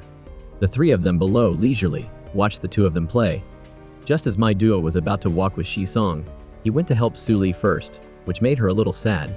Noticing the carousel, she thought it looked interesting. Just as she was about to ask Shi Song to go with her, Liang Ji appeared in front of her. That annoying guy was once again stopping her from something important. Reluctantly, My Duo played with Liang Ji, looking resigned even though she didn't want to. After they were done, she saw Su Li and Shi Song taking a photo together. This made her unhappy. As she was about to leave, Liang Ji asked her to go buy drinks, like a servant being ordered around. Mi Duo resentfully went to buy drinks, and didn't even bother to take the money that Liang Ji gave her. Little did Mi Duo know, Shi Song had secretly bought movie tickets for the two of them. Su Li accidentally saw them, and was happy, thinking that he had invited her to go to the movies. Back to My Duo, who was sadly going to buy drinks. Absent-mindedly, she paid for her order. She realized that she had given the cashier too much money. When she returned to the place where they had been, she couldn't see anyone. Afraid of being left behind, My Duo quickly ran off to find them. Meanwhile, Shi Song was talking to Su Lai. She told him that she was going to stay in the country with him, but Shi Song disagreed, saying that she should go back because it would be better for her career and future happiness. Liang Ji and Aunt Gu ran over, and they weren't able to find Mi Duo. This made Shi Song uneasy. Liang Ji reassured him that they could call her if anything happened. Everyone was at a loss, since no one had her number. Zi Song angrily scolded Liang Ji and then ran off to find her. He ran through every alley, hoping to see Mi Duo, but the two of them couldn't find each other. Mi Duo, exhausted, followed the trend of a fallen angel, and was about to cry when Liang Ji found her. Aunt Gu and everyone else kindly asked My Duo about what happened, which made her feel touched. They had all gathered together but had forgotten about Shi Song. They were shocked when they couldn't find him, and were about to run off to look for him, when a message came over the loudspeaker, saying that Mi Duo's boyfriend was waiting at the center. Hearing that, she was surprised and a little happy, not noticing Su Li's feelings at this time. At home, Mi Duo's mom was trimming flowers when she received a phone call. Mi Duo said that she was going out with Xiaomi, and would be staying over and wouldn't be back that night. Her dad criticized her for being too lenient with her child, and now she had become wild. He guessed that she was probably dating someone outside. Mi Duo's mom, in a fit of anger, cut off all the flowers, saying that no matter what, she would object to her precious child dating. Mi Duo called Xiaomi for help. She told her everything, and asked Xiaomi to pretend that she was with her. Xiaomi was shocked to hear that Shi Song and Mi Duo were on a honeymoon, saying, "You are going off to enjoy yourself. Do you even have a conscience?" After they were done playing, the five of them went to a fancy restaurant. Aunt Gu, knowing that My Duo didn't understand English, planned to embarrass her in front of everyone. Mi Duo took a risk, hoping that everyone would listen to what she had to say. Just once, she spoke in perfect English, making Liang Ji almost faint. Su Li stubbornly told everyone that the owner of the restaurant was her close friend. Aunt Gu speculated that the owner liked her. Feeling shy, Su Li asked Ji Song for his opinion, saying, "I think you should find a boyfriend instead." Zi Song noticed that Mi Duo didn't seem to like her meal, so he thoughtfully swapped meals with her. Liang Ji was surprised because Shi Song had never been able to eat stir-fried intestines before. Seeing that Su Lai seemed a bit sad, Aunt Gu changed the subject to move on. While they were eating, the owner of the restaurant came to see Su Li. After getting to know everyone, the owner asked Su Lai to play a song for him. She gracefully sat down at the piano, and her fingers danced across the keys. Mi Duo, admiring Su Li's piano playing, realized that Shi Song was looking at Su Li with adoration. Seeing the gentle expressions that Shi Song was giving to Su Li, Mi Duo felt a little sad and uncomfortable. Maybe the two of them were meant for each other. After the meal, everyone returned to their rooms. Aunt Gu kept a close watch on Mi Duo. She forced her to stay in her room all night and not go anywhere, or else she would cut her legs off. Mi Duo whispered that Aunt Gu actually didn't hate her, but she hated how clingy she was towards Shi Song. Aunt Gu said, "You won't be sleeping for a while." It seemed like Mi Duo would be the one who couldn't sleep, but oh no, Aunt Gu had already fallen asleep. Mi Duo secretly snuck out of the room. Her feet led her to Shi Song's room, but unfortunately, she was one step too late. Su Li had gotten there before Mi Duo. She went straight to the point and asked if Shi Song had feelings for Mi Duo. Instead of denying it, he admitted that he liked Mi Duo a lot. Su Li stubbornly thought that Shi Song probably thought of Mi Duo as a younger sister. He wasn't someone who could easily tell the difference between platonic and romantic feelings. Real love had to be her. Shi Song listed that even though Mi Duo had many flaws, it was those flaws that proved that it was who Mi Duo really was. He liked Mi Duo for nothing other than her being herself. Su Li objected, saying that the two of them didn't have anything in common. She mentioned Lin Shi Han, which made Shi Song even more silent. She thought that Mi Duo would be like Shi Han, and would not be able to handle the pressure from the public. Mi Duo had heard everything the two of them had said. Hearing Su Lai's footsteps, Mi Duo quickly ran back to her room. Unfortunately, she swiped the wrong keycard and got yelled at. Luckily, Shi Song came to her rescue, which calmed things down. Mi Duo was embarrassed and made up an excuse that she couldn't sleep, so she had gone for a walk. Shi Song, feeling the same way, asked Mi Duo to go for a walk with him. She was curious about his upcoming competition. Shi Song seriously guessed what Mi Duo's wish was. She thought that if she pursued her dream, she would have to leave Shi Song in less than a month. But those were her thoughts before she had met him. Mi Duo asked him if he had been won over by her flirting. What did he eat to make him so bold? Shi Song pretended to be deaf and ignored her like the wind. Mi Duo angrily stood still, refusing to move. After a while and some tears, Shi Song finally admitted that he had been won over by Mi Duo's flirting. Mi Duo smiled like a winner. Yes! She had conquered the heart of a handsome man with a heart of stone. Mi Duo pretended to shiver from the cold. Shi Song knew what she was doing but didn't call her out on it. He took her hand and led her for a walk. The two of them stood looking at the beach. Mi Duo frankly said that she admired Shi Song. He smiled, saying that he was just the guy next door and wasn't anything special. Mi Duo suggested taking a picture together, because she would regret it later if she didn't. Shi Song seriously asked Mi Duo what her number one wish was. Mi Duo honestly said that she didn't know what her number one wish was yet, but Si Diane was number two. Her mom didn't know this yet, and if she did, she would probably beat her to death. Since she was little, her mom had hoped that Mi Duo would become an outstanding pianist, but instead, she had absorbed absolutely nothing, so she felt extremely guilty. Shi Song empathized with Mi Duo's goals, saying that as long as she persevered with her dreams, she would be successful. The scene was filled with tenderness and the warmth of love. Contrasting the warm scene, the weather was cold and Mi Duo sneezed. She thought that Shi Song would give her his coat, but instead, he put his coat around both of them. The couple shared the same coat while peacefully looking at the beach, and made a heart shape with their hands. The next morning, Aunt Gu woke up and didn't see Mi Duo, so she quickly told Long Ji. They were both worried. Then Su Li appeared, covering for the two of them. But in reality, the two of them were sleeping in a taxi. Mi Duo had forgotten her wallet, so she couldn't pay. She tried to wake Shi Song up, but he was also helpless, because he had forgotten his wallet too. Back at the hotel, Mi Duo asked to go into Shi Song's room, but he stubbornly refused. Not able to win, they started bickering and playfully fighting. While they were together, they suddenly bumped into the three others coming out of the elevator. Mi Duo made up an excuse that they had gone to watch the sunrise. Liang Ji said that there had been some issues, so they had been forced to return earlier than planned. Su Li, seeing how close the two of them were, forced a smile, but in her heart, she was already crying a river. In a different scene, Xiao Mi was holding hands with her boyfriend when she was spotted by Yi Du. He hadn't seen Mi Duo for a few days, so he asked Xiao Mai about her whereabouts. Realizing that she was lying, he scolded and threatened her. Xiao Mai admitted that Mi Duo had gone with Shi Song. She reminded Yi Du to help keep Mi Duo's secret and not to betray his friends. He excitedly ran over to Mi Duo's place and unfortunately caught Mi Duo's dad dropping fan merchandise. He calmly grabbed one of Mi Duo's things instead. Inside the house, Mi Duo's mom accidentally mentioned a picture of Si Song kissing someone. Yi Du curiously went over to take a look. It would have been better if he hadn't seen anything, but he realized that the person's body shape was that of Mi Duo. On the way home, Su Li saw how close the two of them were, and they were even leaning on each other and sleeping. Su Li asked Liang Ji to stop the car so that she could go deal with some things. Liang Ji, seeing that she was crying, felt sorry for her and tried to comfort her, saying that Shi Song's feelings for Mi Duo were just temporary and that Su Li was the one who would be there forever. How could Liang Ji understand?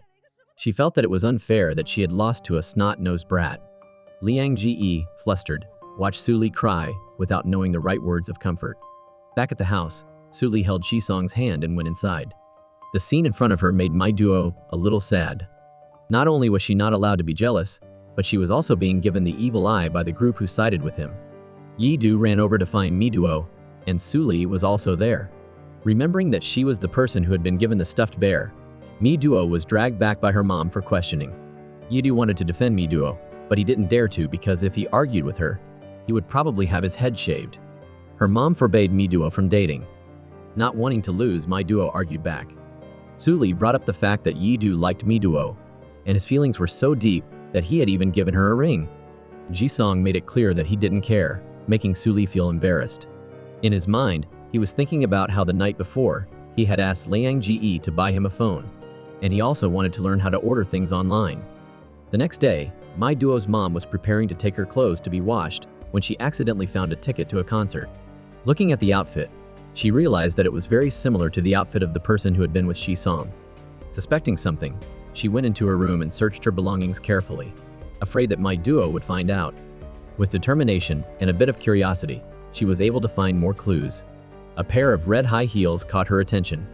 It was like a bolt of lightning hit her when she realized that the person who had kissed Ji Song was wearing the same color of high heels. Driven by her competitive spirit, Mi Duo's mom looked for her diary. As she was relieved that Mi Duo was still asleep, she grabbed her phone, thinking that she should look at it more closely. After reading the messages between her and Xiaomi, she was even more certain that her daughter was involved. Yi Du had become a sad boy after that. He got drunk with Mi Duo's dad and didn't remember a thing. Yi Du and her dad, staggering drunk, walked back. Drunk, he mentioned that he wanted to be the Song family's son-in-law. While intoxicated, Yi Du went to the wrong house and started yelling loudly at Shi Song's place. Inside, everyone had heard everything, and their faces revealed their embarrassment.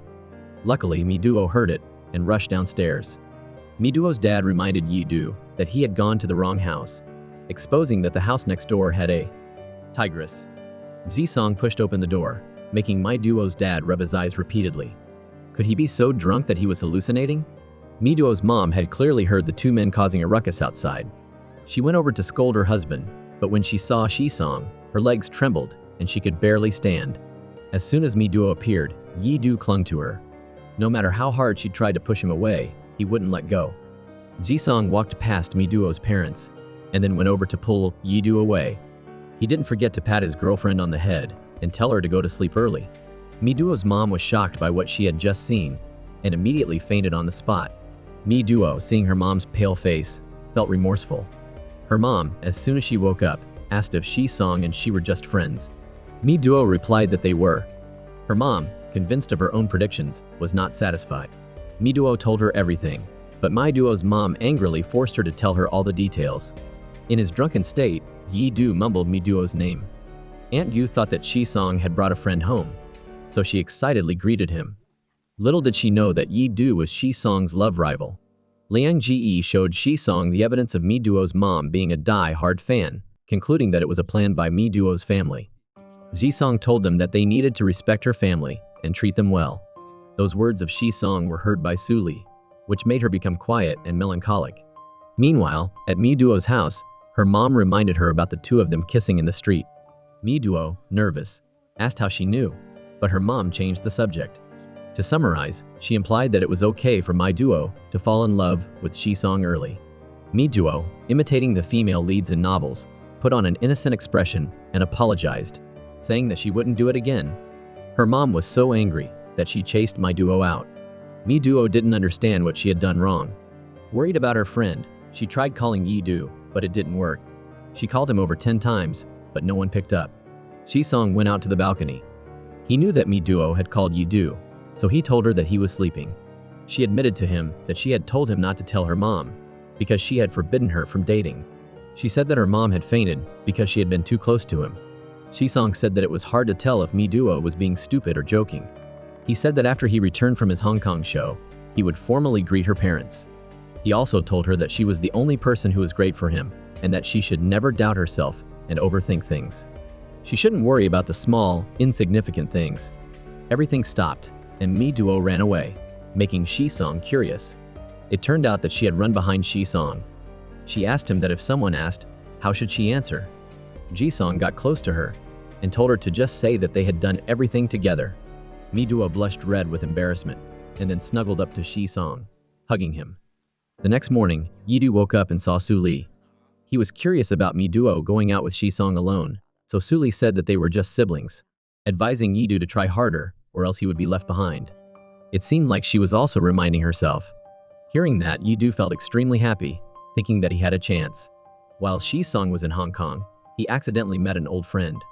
She was certain that he wanted to ask about Shi-han, and the reason that she had to bring Shi-han to Hong Kong was so that she could easily forget Shi-song. He knew that Shi-han was doing well and felt relieved. In the past, he had been the one to break up with her, because throughout their relationship, Ji-song had always been indifferent and hadn't protected her. Years ago, Shi-han had broken down after being attacked and criticized by people online. What was even more infuriating was that not only did Shi-song not defend her, but he had also bluntly decided to end things. Ji-song felt that all the mistakes were his fault. He sent Shi-han the most sincere greeting and apology. Mi duo's dad was about to eat breakfast when he was captivated by his wife's slender figure. Mi duo's mom understood her husband's desires and posed seductively before leaving the house. She went to Shi-song's house and gathered her courage to knock on the door. The door opened, but it wasn't Shi-song, it was Aunt Gu. Being sly, she smoothly complimented Aunt Gu and even apologized for what she had done before. Aunt Gu, disliking her, knew that she was there to see Shi-song, so she said that he had gone to Hong Kong. After finding that out, Mi duo's mom revealed her true nature, saying, "Like I would even like you."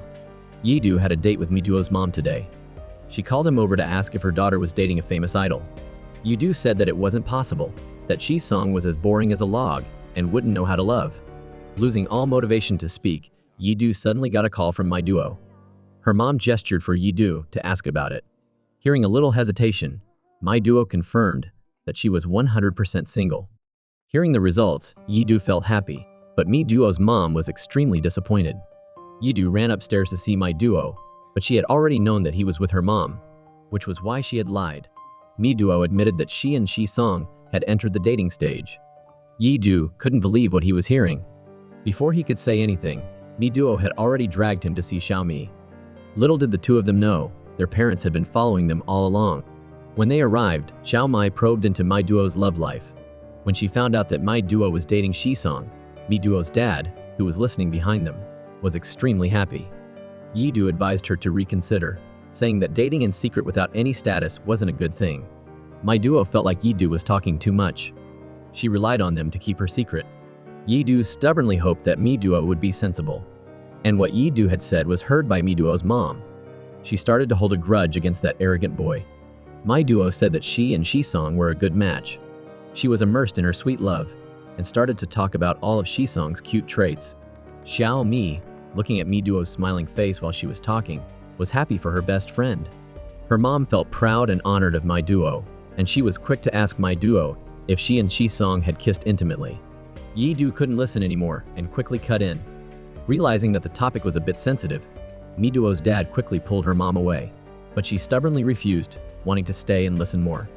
Mi duo used a trick, starting her story at the beginning, but leaving out the end for Xiaomi, saying that they could talk about it more easily over drinks. Mi duo's mom had the idea to follow them and eavesdrop, but luckily, Mi duo's dad distracted her, and she lost track of them. Sulai was deep in thought, and then called someone to ask them for a favor. As soon as she hung up, she was lost in thought, and it seemed like she had a formidable plan. That evening, Yi-do was taking Mi-duo home. She saw that he was sad, so she constantly tried to make him laugh by telling one story after another. Strangely, Yi-do was always gloomy. Seeing how cheerful Mi-duo was, he couldn't help but ruffle her hair. He was most afraid of the scenario where he would lose the person he liked. Gathering his courage, he hugged Mi-duo, but he didn't dare to confess his feelings, because he was afraid of losing their friendship. Mi-duo thought he was sad, so she encouraged him, saying that she would always be by his side. Yi-do sadly thought that if she ever got into trouble, he would always be behind her to protect her. Yi-do said goodbye to Mi-duo and got on his car to go home. He imagined when they were little and they were chasing each other, and how they had gone through so many memories together. As he was thinking, he started to cry. She had been by his side every single time. Those things were just like a film, replaying again and again in his head. In the end, what won against him were his tears. His unrequited love had no ending. That night, her dad went to see Mi-duo. The two of them shared their feelings with each other. He was actually afraid that she would be with Shi-song. The two of them were not a good match. What he feared the most was that Mi-duo would have to endure countless insults and objections from the public. Mi-duo had known that it would definitely happen, but she was still determined to follow her heart and bet everything on being with Shi-song.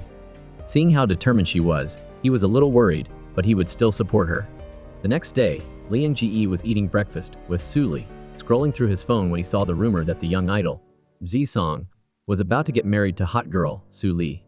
He demanded an explanation from Su-li.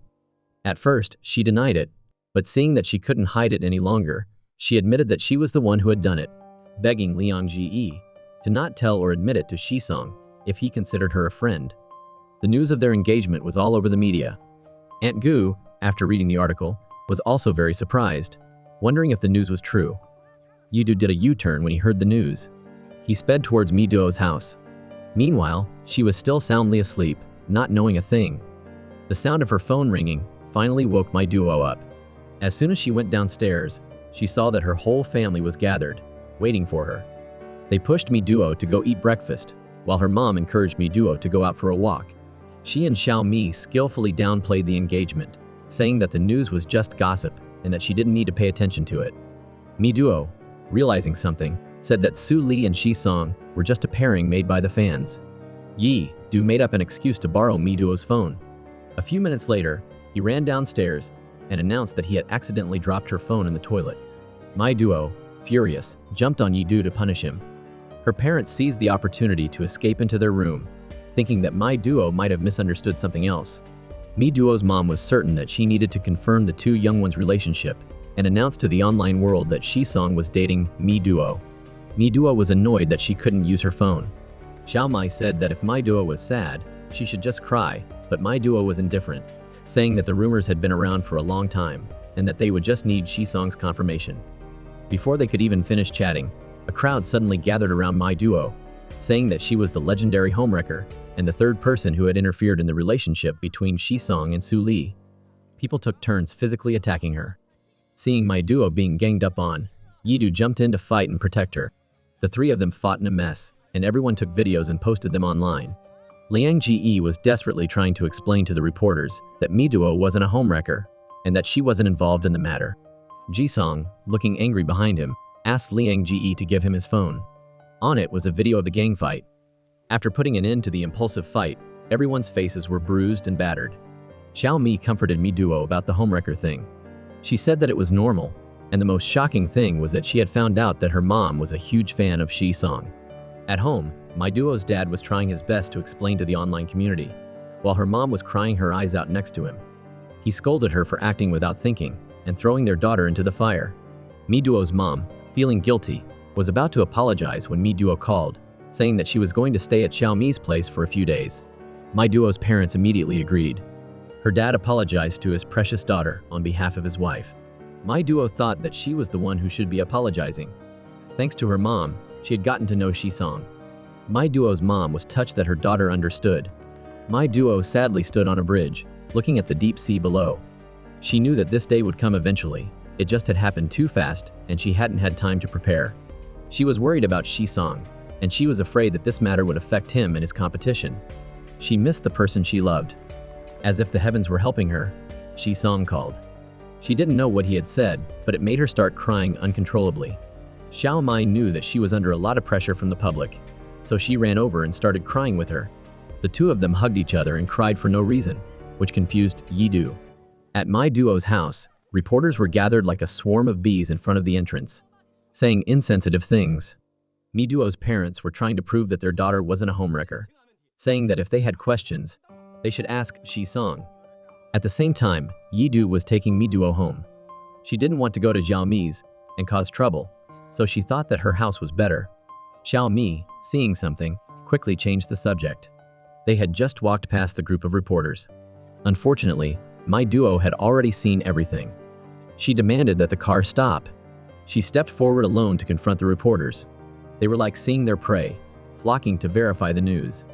Seeing that the reporters were bombarding her with questions, she stated that she and Shi-song didn't have any kind of relationship. She was just a true fan who had been dragged out to gain some fame. My Duo sincerely apologized for causing trouble for the media. As soon as she finished, Shi-song, who was right behind her, objected, scolding Mi Duo for speaking carelessly and for saying things that weren't true, especially about hiding things. Right in front of everyone, he confessed his love to My Duo. Z-song said that his relationship with Su Li wasn't real, and that the only person he loved was Mi Duo, and it would be like that forever. The reporters, catching a big fish, frantically started posting the news. After the truth had been revealed, Shi-song walked over to My Duo, held her hand, and pulled her into the house.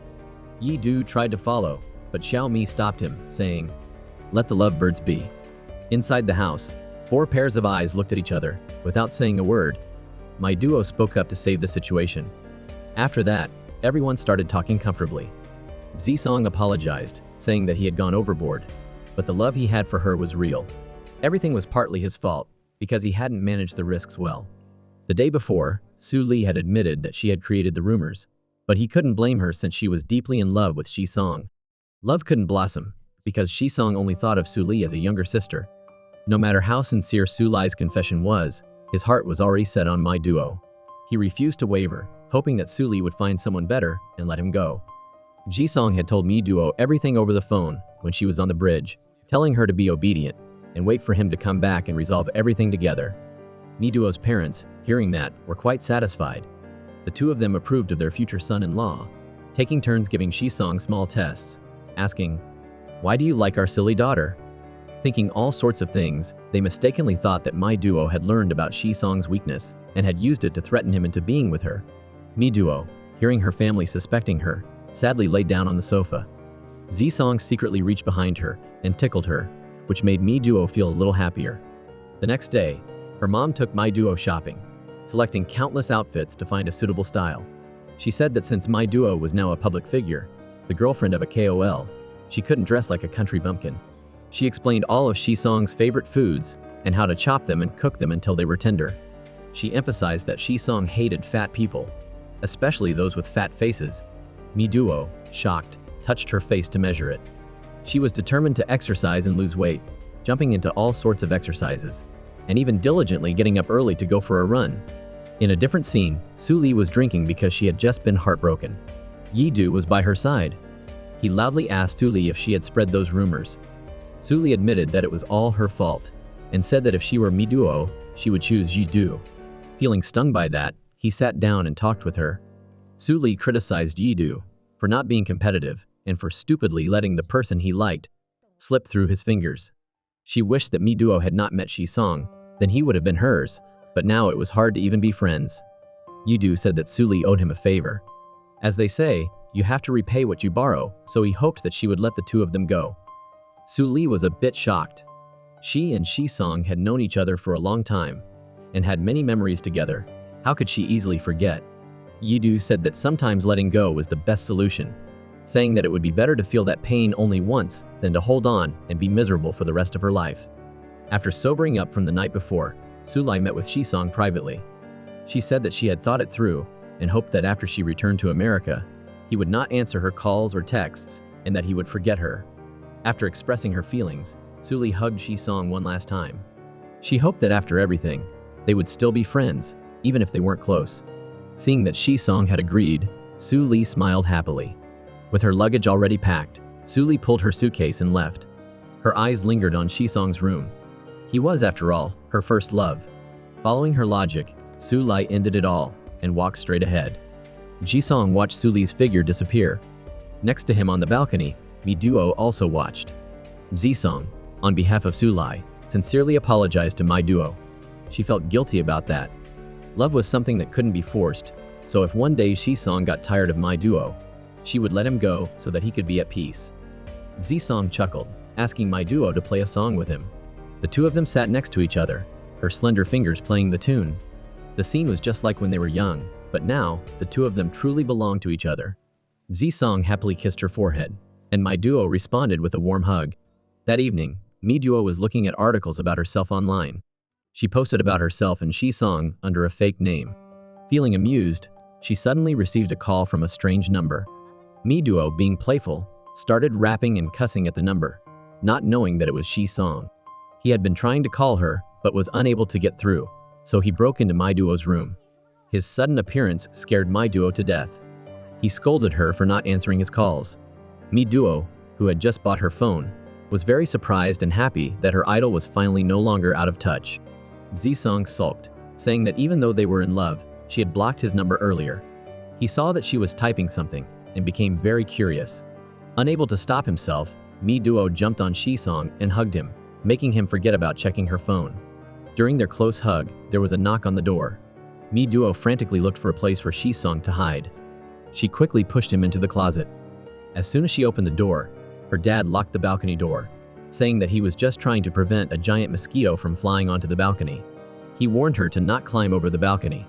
Mi-duo's face went pale, and she felt guilty. Suddenly, her dad went to the closet to look for something. Mi-duo skillfully moved Shi-song from one side to the other to prevent him from being discovered. Her heart almost stopped on the spot, but luckily, Mi-duo's dad gave up and left. The room was silent. The two of them looked at each other awkwardly, without saying anything. Ji-song was about to leave, but Mi-duo stopped him, saying that she wanted to spend the night with him. She made up an excuse that her dad was staying up late, and if he found them sleeping in the living room, they would be in trouble. This girl's sly smile made him shiver, and he told her to be serious. While they had some free time, he asked Mi-duo to teach him how to use his phone. Mi-duo diligently explained all the functions on the phone. Bored, the two of them started playing games. The light from the phone made Shi-song's eyes tired, so he passed out. Little did he know, his girlfriend had taken a picture of him. The next morning, Mi-duo woke up and saw that Shi-song had already left. She opened her phone, intending to call him, but Shi-song had already messaged her to ask her to go out. She happily got ready and quickly went to their meeting spot. Ji-song was looking handsome as he was waiting for Mi-duo. She appeared in a cute and playful outfit. The couple openly held hands and strolled through the city. Ji-song, seeing that Mi-duo was almost falling asleep, was about to secretly kiss her, but her lips started to pout as if they had sensed his warmth. Disappointed, Shi-song gave up. Mi-duo and Shi-song were cooking. Her boyfriend diligently showed off his skills while she excitedly recorded it. Mi-duo whined, wanting Shi-song to feed her by mouth, but he rejected her, pushing her away. Mi-duo, feeling disappointed, unexpectedly received a kiss from Shi-song. The two of them ate, but it was canned food. Mi-duo couldn't be blamed, since she didn't know anything about cooking. She made a show of going into the kitchen with Shi-song to have a romantic moment. Alongside their intimate actions, the keyboard warriors protected the couple's love, actively going against the jealous anti-fans who were interfering in other people's affairs. The next day, Aunt Gu came to Mi-duo's house. The two women had a fierce confrontation. Aunt Gu said that since Shi-song had an upcoming competition, they needed to limit their time together. It seemed like they had a similar issue to deal with, as their tones were sharp. Mi-duo's mom asked Aunt Gu to stay for lunch to see her cooking skills. Upstairs, Mi-duo was checking her test scores, looking sad. She quickly ran downstairs and saw that Aunt Gu and her mom had become close. Seeing their eyes, Mi-duo made up an excuse that she was going to see Xiao Mi. She was afraid that she would have to repeat a year of school, which meant that the two of them would have a long-distance relationship. Hesitating and thinking carefully between love and her dreams, suddenly, Liang Ji came to see her. She secretly asked him to help her get into the school, hoping that Liang Ji would keep his mouth shut. When she arrived at Shi-song's house, she was feeling restless. Liang Ji forgot his promise, and told him that Mi Duo wanted to repeat a year of school. He didn't believe it since they had just gone public with their relationship. If Mi Duo repeated a year, it would mean that they would have to be apart. Ji-sung was silent, letting Lang Ji-e say whatever he wanted. He thought that Mi Duo's decision was only temporary, and that she wouldn't be able to sacrifice their love for her future. At Mi Duo's house, she seriously talked with her parents. The two of them jokingly guessed that Mi Duo wanted to get engaged to Ji-sung. Speechless, she said that they were too imaginative and that she wanted to repeat a year of school. Mi Duo's mom adamantly refused because repeating a year of school would be a stain on her future. The two of them objected to their daughter's foolish decision. Were you afraid of not being a good enough match for Ji-sung that you wanted to repeat a year of school? Just then, Ji-sung called, asking her to come out because something important had come up. He mentioned that Mi Duo wanted to repeat a year of school, and in her mind, she blamed Liang Ji for being so loose-lipped and not keeping a secret. Mi Duo brought up her bias about the school being too far, and that she was afraid he would forget her.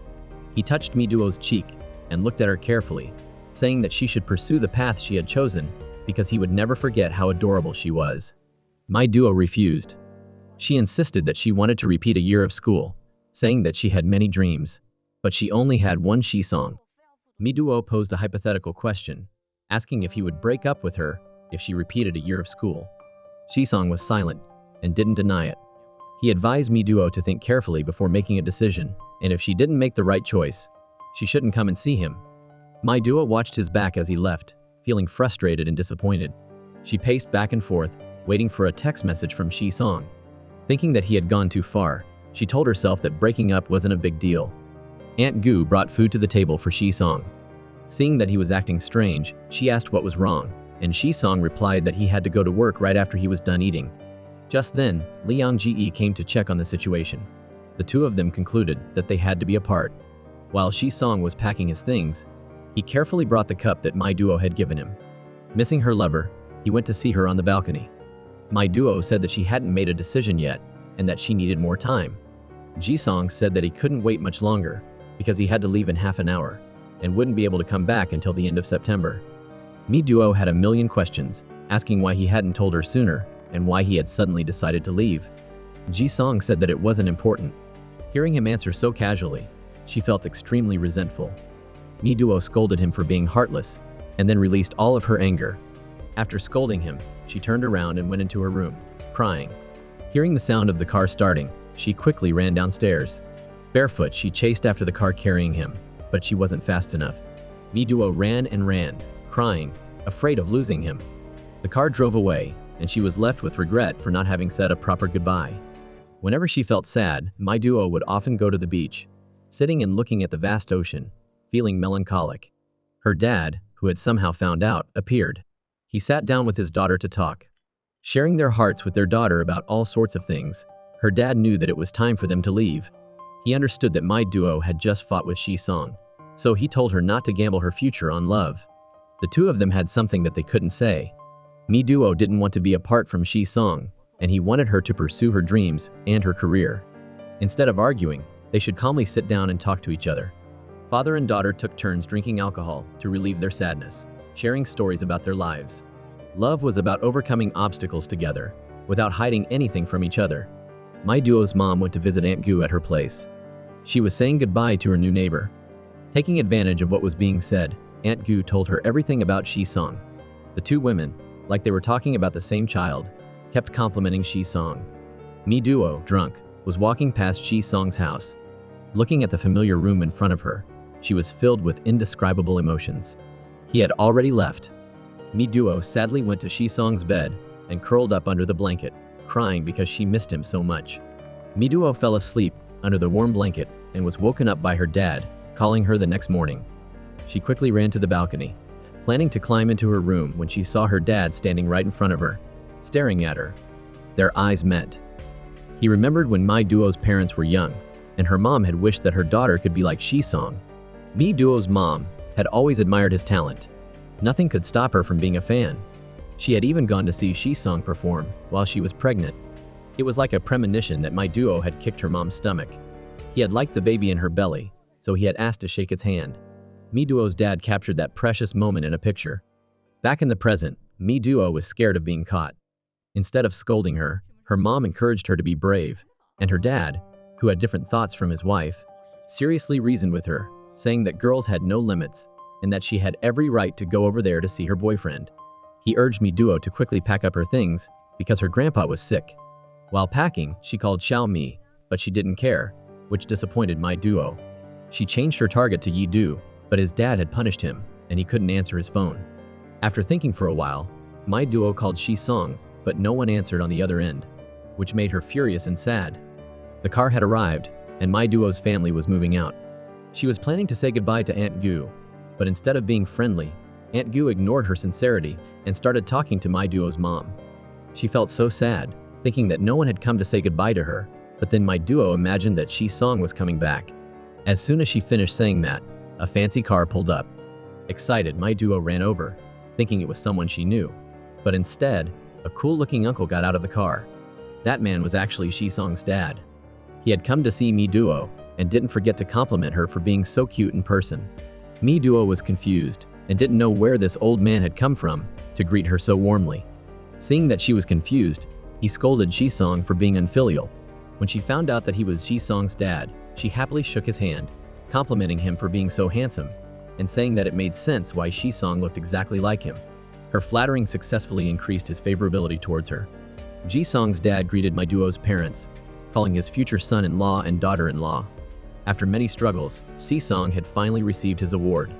The news was all over the media, and Shi Song's name was everywhere.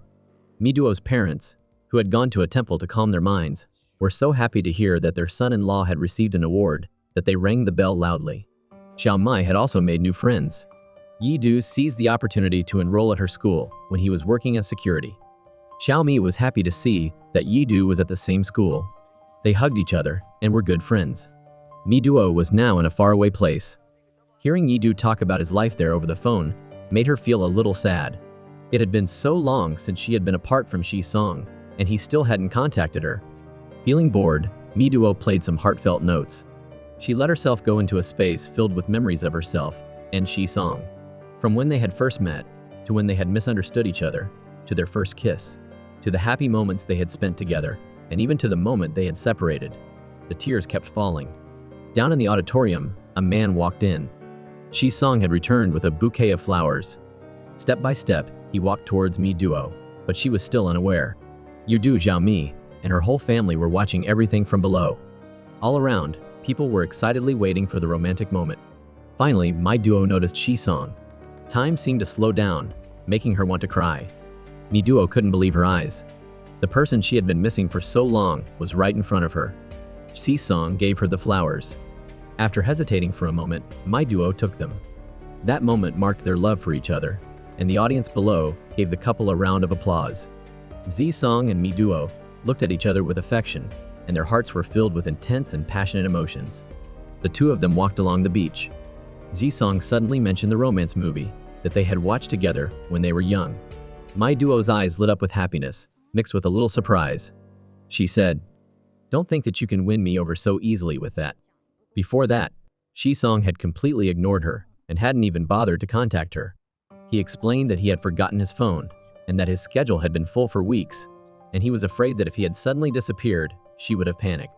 Mi Duo said, "We've only been apart for 3 weeks, but it felt like 3 years, not even mentioning the 4 years of college." He pulled out a house key, saying that he had bought a house near the school, so that if anything happened, it would be easier for them to see each other. Mi Duo was so touched that she started crying. These were tears of happiness for choosing the right person. Ji Song ran over and hugged her, gently stroking her curly hair. Ji Song unexpectedly gave her a passionate kiss, and the two of them, under the sea breeze, kissed each other deeply. Throughout the story, the characters showed that distance couldn't stop love. If you wanted to, you would find a way, and if you didn't, you would just find an excuse. The movie was now over. Thank you for watching.